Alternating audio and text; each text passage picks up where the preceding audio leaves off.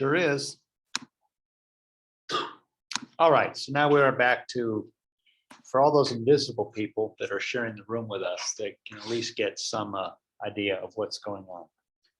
All right, so most of what we'll be talking about this week is shamelessly stolen from these three references: hypothesis testing and machine learning, demystifying hypothesis testing. Whenever you see a blog post that says demystifying, you can rest assured that it's going to make it even more complicated, although he didn't do a bad job. A general introduction to statistical hypothesis testing. So this dude, this Jason Brownlee, if you've been actually reading the notes and judging by y'all looking at your computers, clearly watching cat videos right now, you haven't. But a lot of the material in this class is lifted from his blog post because of all the ones that we had to choose from. His stuff seems to make the most sense in a context of, I kind of sort of know what I want to do, but I don't know how to do it. So he says, well, it kind of sort of, here's what the theory is, but here's how to do it. So that's probably a good one to link for the future. So some fundamental concepts. First is, what is hypothesis testing? And then we're going to answer, why do we use it? So reading out loud to you, hypothesis testing is a statistical method that's used in making statistical decisions about populations using experimental data, also known as a sample. It's basically an assumption that we make about a population parameter. So for instance, I have two sections of this class. I've got the morning section and this section. You guys are the afternoon section. You generally benefit from the morning section, having me make all the mistakes there, but not today. I had other stuff to do during the interim part of the day, so I'll just remake the mistakes. Roughly about the same number of people turn out for each one. So if I were to ask the question, is the average weight of the morning section occupants the same as the average weight of the afternoon section occupants? Think of some ways how you could answer that. So what's the obvious way? Weigh everybody in the morning, compute their average. Weigh everybody in this room, compute the average.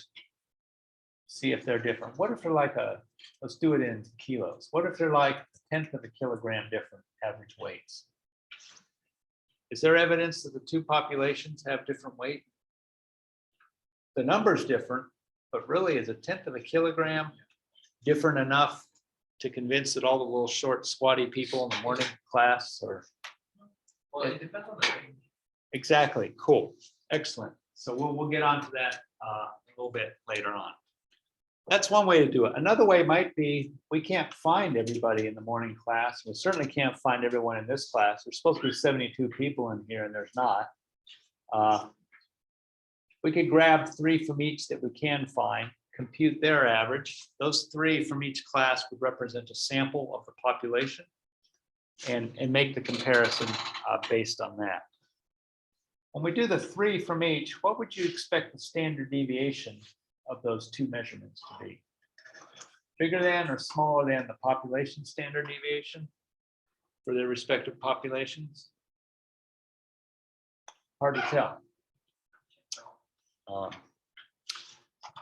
Okay, so that is the idea of hypothesis testing, is a systematic approach to be able to defendably answer that question. Is the mean of 2 samples actually different, or are they close enough to each other that you really can't make that difference? So for example, students in the class taller than 5 feet 4 inches, or whether the average boy is taller than the average girl. Although I don't know what an average boy is. They probably mean the average height of males being larger than the average height of females. We had a Galton subset that we did with fathers and mothers, and that indeed was the case, but they were only a couple of centimeters apart. Or a specific treatment is effective in treating COVID-19 patients. So the way we could do that, hypothesis testing, let's suppose we have a brand new treatment for COVID-19. It greatly resembles 2 weeks ago, the Russian roulette method. And so we take one category of people that have COVID-19 and we apply Russian roulette to them. And we have another category and we just give them, frozen yogurt. And the comparison is which of the two treatments produces a better outcome. I mean, obviously the frozen yogurt will, because if you hand enough Russian roulette to them, you're going to run out of patients. Hypothesis tests are tools that are used to allow us to make those comparisons and make decisions. So that should make you feel real safe when whenever they come up with a new injection we're all going to have to take to protect against a new bug that hasn't been invented yet. It's based on some hypothesis test by somebody that took a class from some clown like me looking at plots on the board. Let's go ahead and look at a more realistic example. So for those of you that are staring on your computer, are you actually following along today or are you doing something else? Okay, so if you're actually following along, we're going to use an example based on something from the Clean Water Act. And it simply states that once you do construction, you tear up all the perfectly good trees and soils and leave bare earth. You're supposed to protect that so that when rain falls on it, it doesn't wash all the soil away, because that's bad, dirty, no. And there are stormwater prevention plans that are put in place to try to mitigate that. It's also bad engineering. Once you expose bare dirt, you don't want to have to spend the money to bring more dirt back in after it washes away in the rainstorm or the dust storm. And yesterday we all got to experience what happens when bare dirt gets hit with 1,000-mile-an-hour wind from New Mexico. It's over in Dallas by now, but it was here yesterday. So our question we want to ask is, do the construction activities, does the bare earth exposure actually change measures of solids in water? It's easy enough. Get some water, you look at it, yeah, it's kind of brown. And you do it during construction, yeah, it's a lot browner. And we want to know if there's any evidence for that or not. So in this case, our problem statement's fairly simple. We have two files, one called pre-con, the other one called dur-con, means pre-construction and during construction, because obviously the file namer was an idiot. Those are six character files, so that had to be from some old software. Nowadays, you could give it a meaningful name. It contained observations of cumulative rainfall, total solids, total suspended solids collected from a construction site on NASA Road 1 in Harris County. The data in the file pre-con were collected before construction began. The data in the file dur-con were collected during construction. Let's go ahead and open up a little notebook so that we can follow along. We don't want that one. Go away, go away, go away. Go away, little notebook.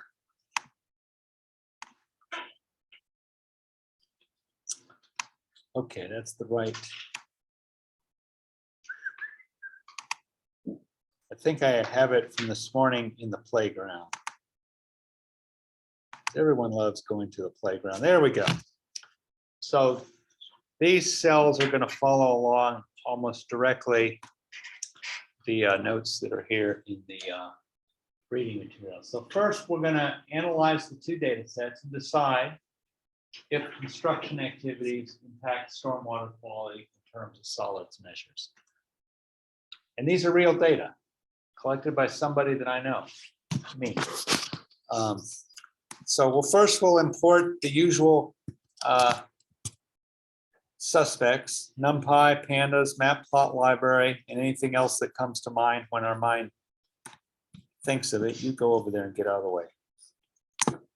And so we've done that here. So let's go ahead and do that. The importation is complete.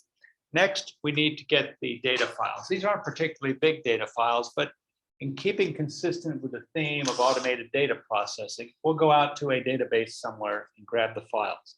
Because otherwise we have to email them, and before you know it, there's 10,000 copies and you don't know which is the right one. You still may not know which is the right one this way, but at least it's one person's fault. So one of the files is called pre-con, the other one's dur-con, and this should be set up to work correctly. Cool. If we don't trust it, we can go look at one of the files. Sure enough, it's got numbers in it instead of the usual characters. So we now have the file. And so now we're going to read them into two data frames. One data frame is called, and the other one is called DIRCON and PRECON, but you can call them anything you want. You can call them out. Let's go look at the first one. Really just always call the data frame. You could, I don't even know. yes, someday you will come to the conclusion that that's probably inefficient when you have a lot of data frames. Any more than 30. So if we look at the pre-construction database, it has how many columns? If you got a hand with all the fingers on it, you've just used up all the fingers. Thumb doesn't count. That's not a finger. That's something that you use to suck on. 4 columns. One of them is the date. The next one, it says TS.pre, which stands for total solids. Next one is TSS.pre, which is total suspended solids. And the last one is rain, which is a cumulative rainfall on the given date. And you can see roughly that these data were collected in what year? 1997. How many of you were alive in that year? That's sad.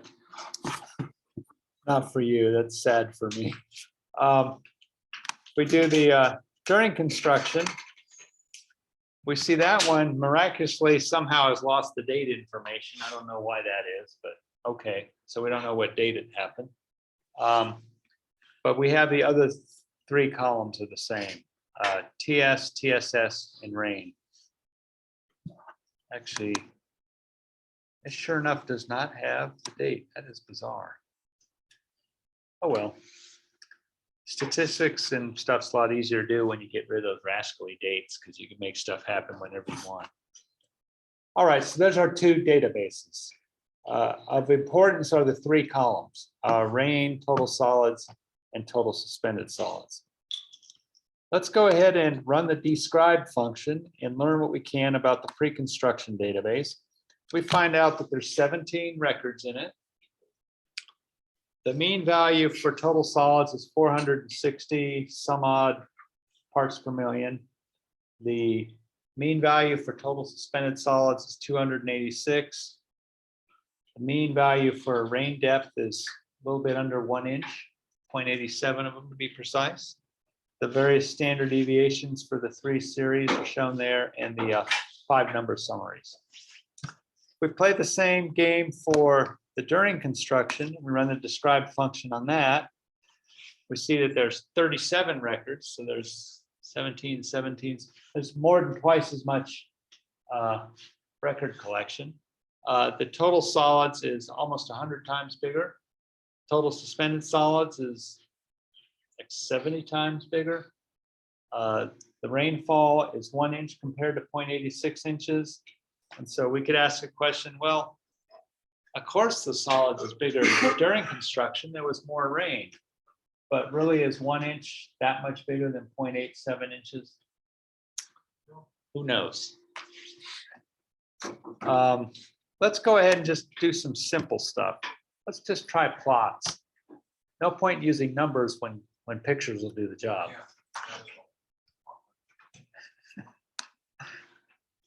You're in a frisky mood today. Is your brain still on vacation? Roughly, yeah, just a little bit. I barely managed to finish 18, but we're laughing. Oh, Like I just haven't woken up. so here are histograms of rainfall for the 2 collections. The red one is prior to construction. The bluish one is during construction. So if you were to characterize their general appearance, because those are, see, the density is turned to true, so those are approximations of distributions of the two series. Do they look the same or different? Yeah, they look kind of the same to me too. If we look at the pre-construction one, there's one event which is somewhere around 2 inches. There's another event which is somewhere between 3 and 4. If we look at the during construction, we have a couple of these, we have 2 of these large ones out here, but most of the information is contained kind of in the same area as the pre-construction. So visually, there's not a whole lot of evidence that the rainfall has changed any in the 2 instances. Let's look at the same thing for the solids measures.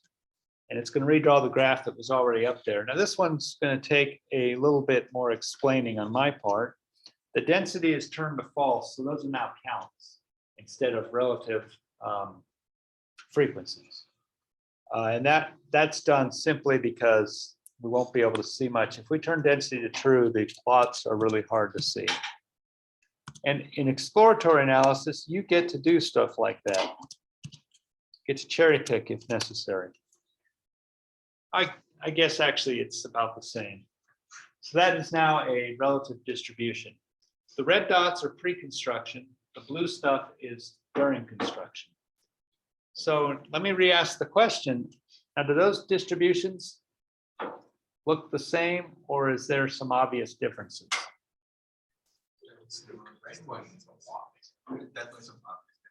Yeah, there's definitely obvious differences. Okay, excellent.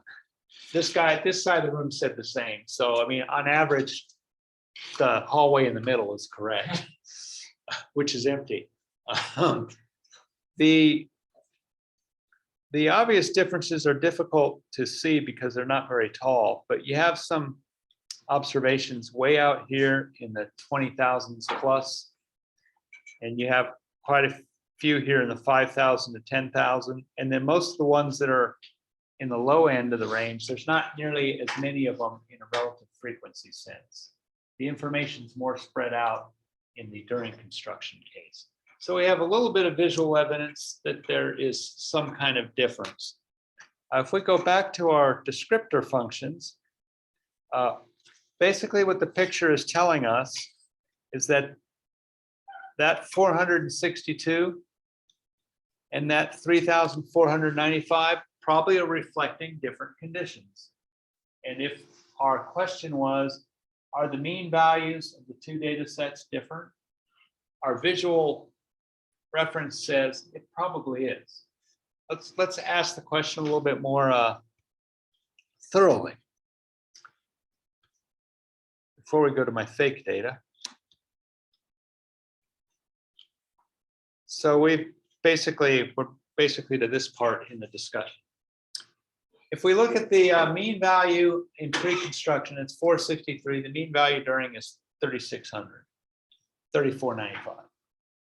The standard deviation in the pre-construction period is 361. So the difference between the two, 3,495 minus 463 is about 3,000. Yeah, so it's more than. And if we divide that 3,000 by 361, we're getting 8 or 9 standard deviations away from the mean. So as far as the preconditioning is concerned, we're 9 standard deviations away. That's pretty much a strong indicator that those are different.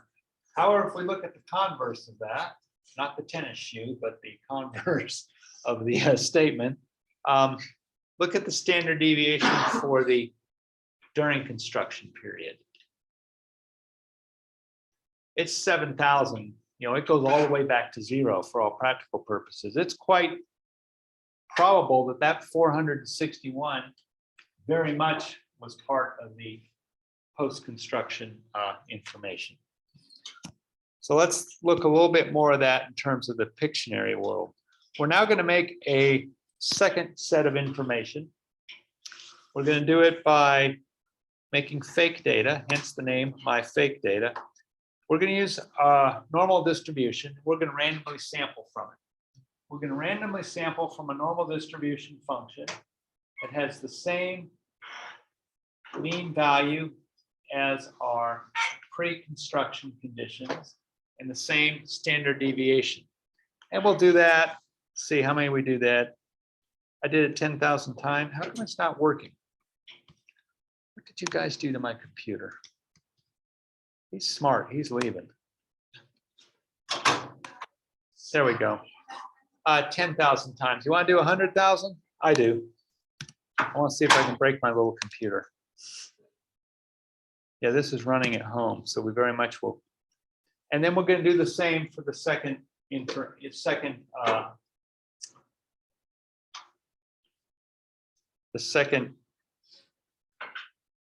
data. Let me return everything back to original conditions because I was playing with it. All right, so you understand what's going on here. We're going to simulate.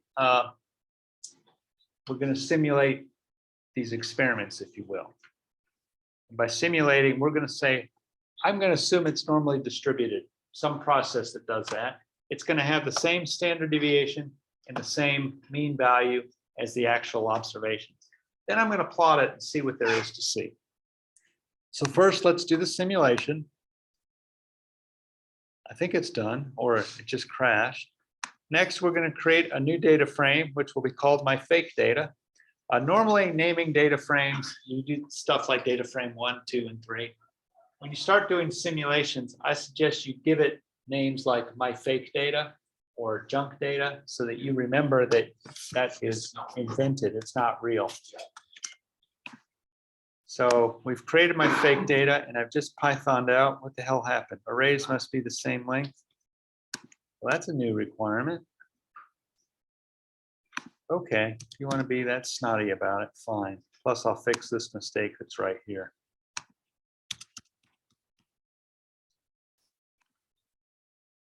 Or I could do what many of your colleagues did on the exam. It's like, oh, I had an error, I quit. I'll move on to the next problem. Yeah, if you read the instructor comments on that, you get stuff like fix the goddamn error. That's just embarrassing. And then -5, moving on. And now we're going to go ahead and plot the two. So remember we did 100,000 of each. Okay, so there's my plot of the two simulated examples. So what do you see in that plot? Oh, there's a definitely different. Okay, yeah, one's blue and one's orange. No, Nailed it. I think in terms of like. So by using that standard deviation of 7,000, during construction simulation, remember it was sampled from a normal distribution. It looks like a normal distribution, but it's spread out somewhere between roughly -15,000 and a little bit plus 20,000. And the pre-simulation condition is quite a bit narrower. Does that make sense? Yeah. If we're comparing the mean values between the two, the mean value for the during simulation is somewhere right about there. And the mean value for the blue one is somewhere right about there. And there's that distance between the two of roughly 3,000. And the question we want to ask ourselves, is that distance truly a difference? So first, some observations. These are actual measurements of natural phenomenon. Negative values don't make sense. So normal distribution is probably a piss poor choice of distribution. We have other ones we could choose, but we'll stick with the simple one because everybody's been normalized through most of their educational career. There are distributions that we can create conditions that it can't go less than 0 and do that. Secondly, there's quite a bit of variation. So if we're comparing blue and orange, in this particular picture, they look awful close to one another. Let's see what happens when with the orange, I make sure I get the thing in the right place. So it was 7,000. I'm going to change the variance, the standard deviation to 70. So it'll be much tighter. So what do you expect our orange blob to do? much less standard deviation. I'm not going to run it yet because you guys are going to have to think this out loud. You've got 3 minutes. So if the standard deviation of the orange stuff is a lot smaller, what do you expect that orange blob to do?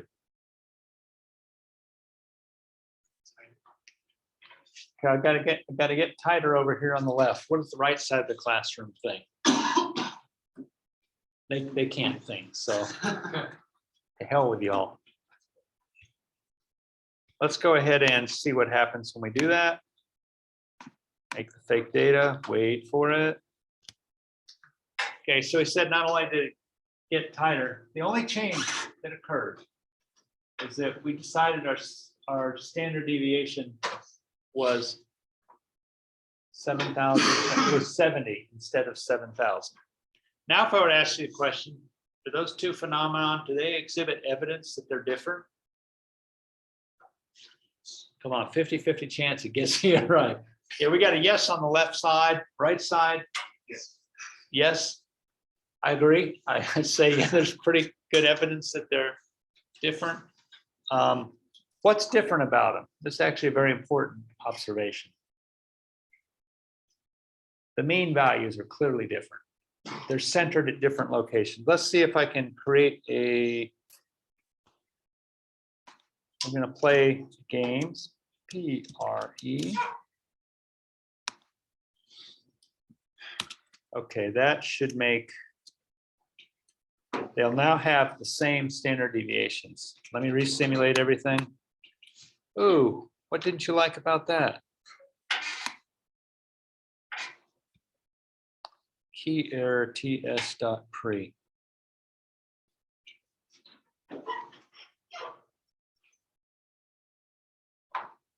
You gotta be kidding me, you junk.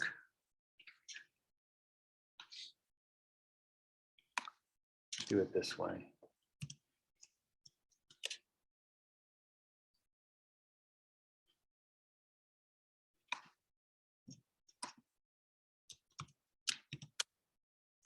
Okay, so I'm going to use identical inputs, but I'm going to shift one of them relative to the other.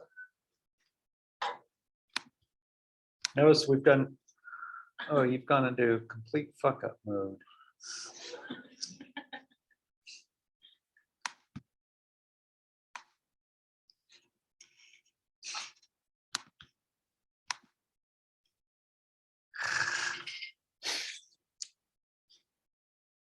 All right.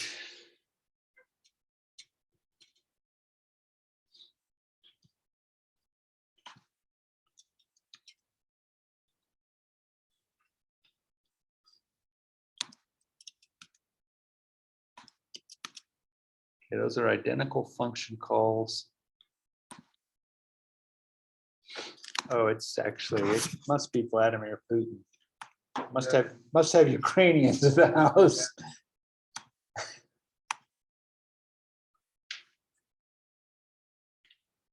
Surely.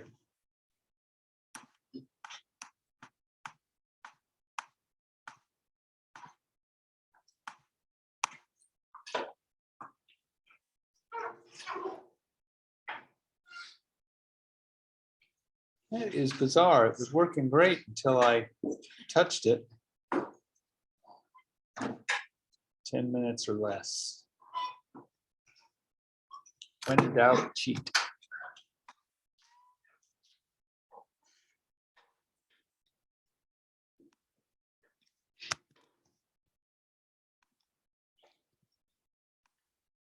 Nothing wrong with cheating. As long as I As long as you return the code. as long as I cite the Yeah, source. exactly.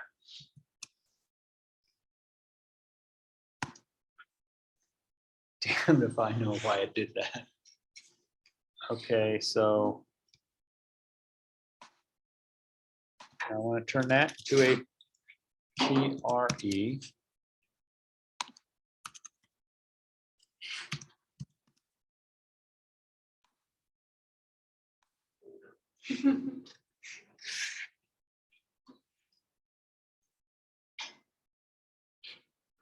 That is seriously crazy.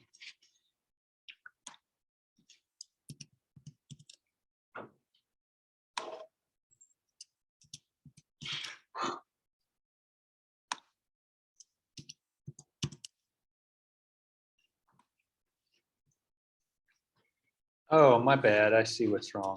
Okay,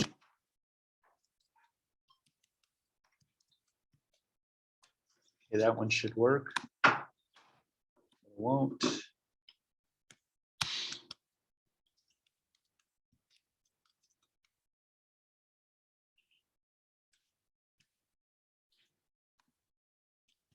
we're getting close to having it working right again. Okay, cool. So now we're back to where we were. If I want to actually duplicate things, I need to really duplicate them, don't I? So we'll do it this way. Let me copy all that.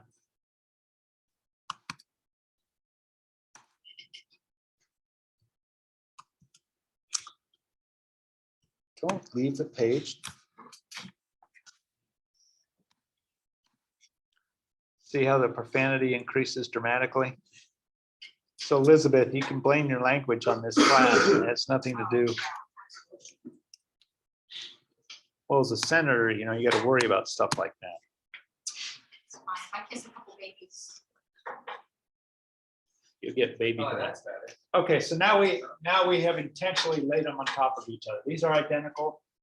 So the mean values are the same. They should be. The standard deviations are the same. They should be. If that ever happens to you with real data, you've probably made a mistake. It's the same.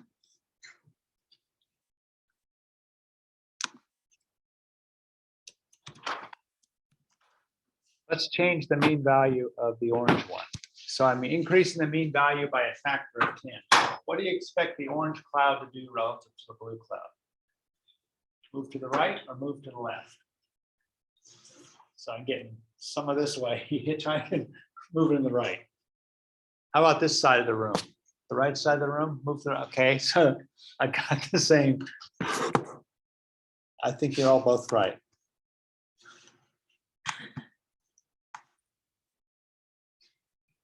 And sure enough, nothing happened.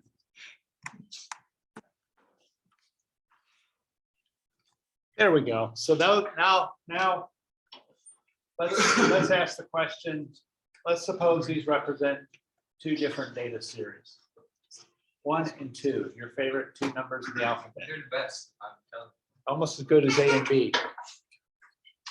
Is the mean value of A, which is blue, lower than or bigger than the mean value of B, which is orange? It's lower than B.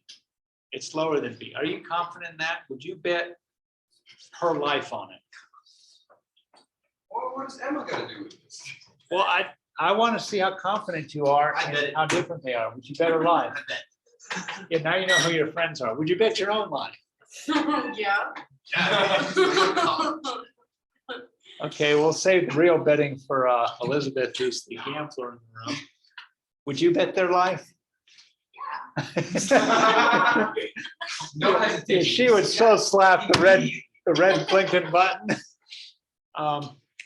What if the question was asked, is the dispersion of the two processes different? Is the dispersion of A, which is blue, larger than, smaller than the dispersion of B, which is orange? No, it's roughly.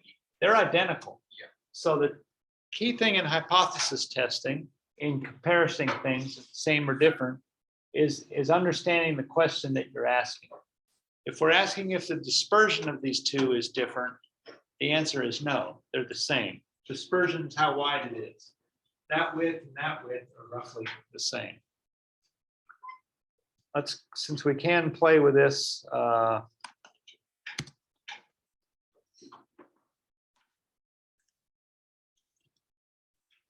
I'm going to jack with the dispersion on the orange one. I'm also going to shove it another factor of 10 to the right and see what happens.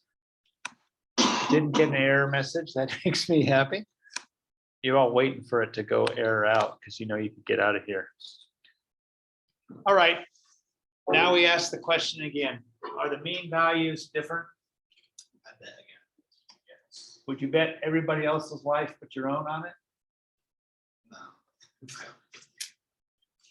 We are never going to be able to get you coached up for global domination. The answer is yes. Sure, it's someone else's life. What do I care? long as I can tax them before they're gone. Okay, how about the values of dispersion? Is the dispersion of the blue different than the dispersion of the orange? Yes. Yes. Clearly, I mean, it's obvious from the Pictionary. If those indeed represented real processes, what would you say is the probability that an observation in the blue group came from the orange process?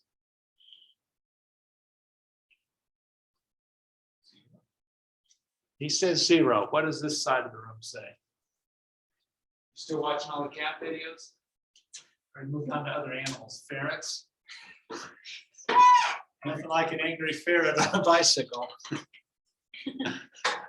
I agree with it. The probability that something in the blue group came from the orange group based on this picture is pretty small.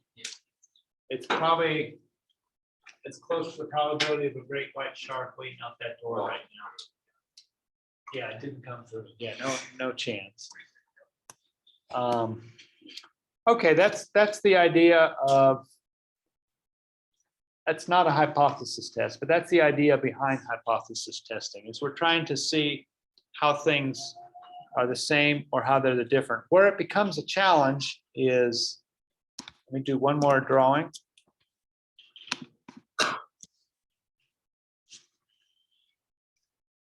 Is when we get in a situation like that, where there is clear overlap and we want to be able to tell if there's any quantitative way to tell if things are different or not. Because there's no guarantee that two processes are going to have the same dispersion. In fact, they shouldn't. And as an example, it could be that the pre-sim part represents a stepper motor that we just got from the stepper motor store right next to Weeby Toys across the street from the Home Depot. And we're putting it into a process and we're going to run it 70, 80,000 times a day. And at some point, when it starts to get slopping and it doesn't complete its steps correctly, we want to replace it. We don't want to run it slow and try to save it because that's not good engineering. We run it until it breaks, but we want it to send us a message that says, yeah, hey, I'm missing my set points kind of a lot now. The dispersion is getting bigger. It's time for you to come change me. And back in the old days when computers had hard drives in them that were mechanical, they had little spinny things. I imagine most of these in here are all solid state. This one I don't think is, this is a 10-year-old computer. I switched mine out like last year. I think it's got a solid state drive. It doesn't have the buzz of the spinning drive, but the smart hard drives basically had an algorithm in them that did a hypothesis test every few minutes, every few seconds, however, whatever was efficient to monetize it. And when the dispersion got too big, it would send a message to the operating system, it's time to replace me. Most human beings, when you see a message like that, what do? You ignore it. And that way you end up buying a whole new computer. Okay, so in lab today, you're going to be making pictures like this, different data sets, of course, to explore these ideas. And then on Wednesday, we will get into the hypothesis testing in a more rigorous fashion, where we look at T statistics and how to interpret the results of them. Fortunately, there's packages that you just press a button that does it for you. So we can get it as close to no brains required as possible. Thank you for your attention. Have a wonderful lab. I'll see you all in 10 minutes. And I hope you had a great spring break. And remember, T minus 40 days counting. Really quick question. It says build a linear model for cement. So what do we put on the y-axis? Which homework is this? It's 18. So if cement's on the x, what do we put on the y? It says strength right here. So would we use This hurts Strength now. is that actually? so we would use the strength variable too? It says strength is equal to a couple of coefficients times the cement content, and you're going to switch to different variables. Okay, But the strength stays constant. Strength goes on the y-axis. okay. And so we just put strength for H and water too. Yeah. Okay. Strength versus cement, strength versus age, strength versus water. If you want to get fancy, you can try multiple. We haven't talked about that yet.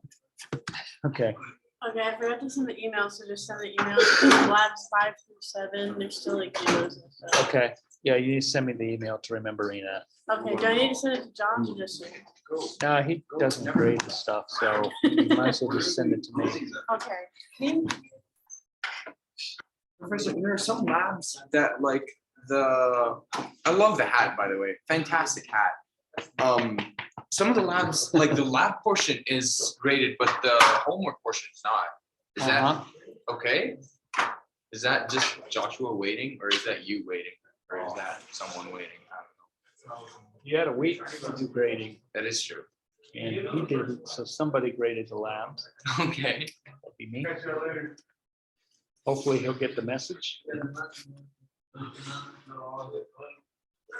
Well, I mean, that's fine. I just wanted to like see feedback on what I did. Not that there usually is feedback. Most of the time there are feedback.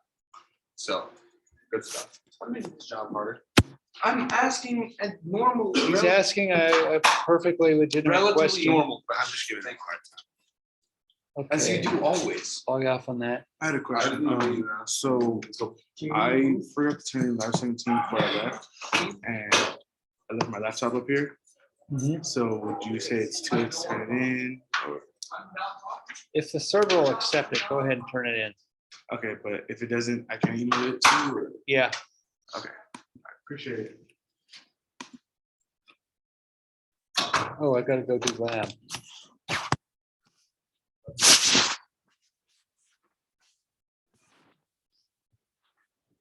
Thank you.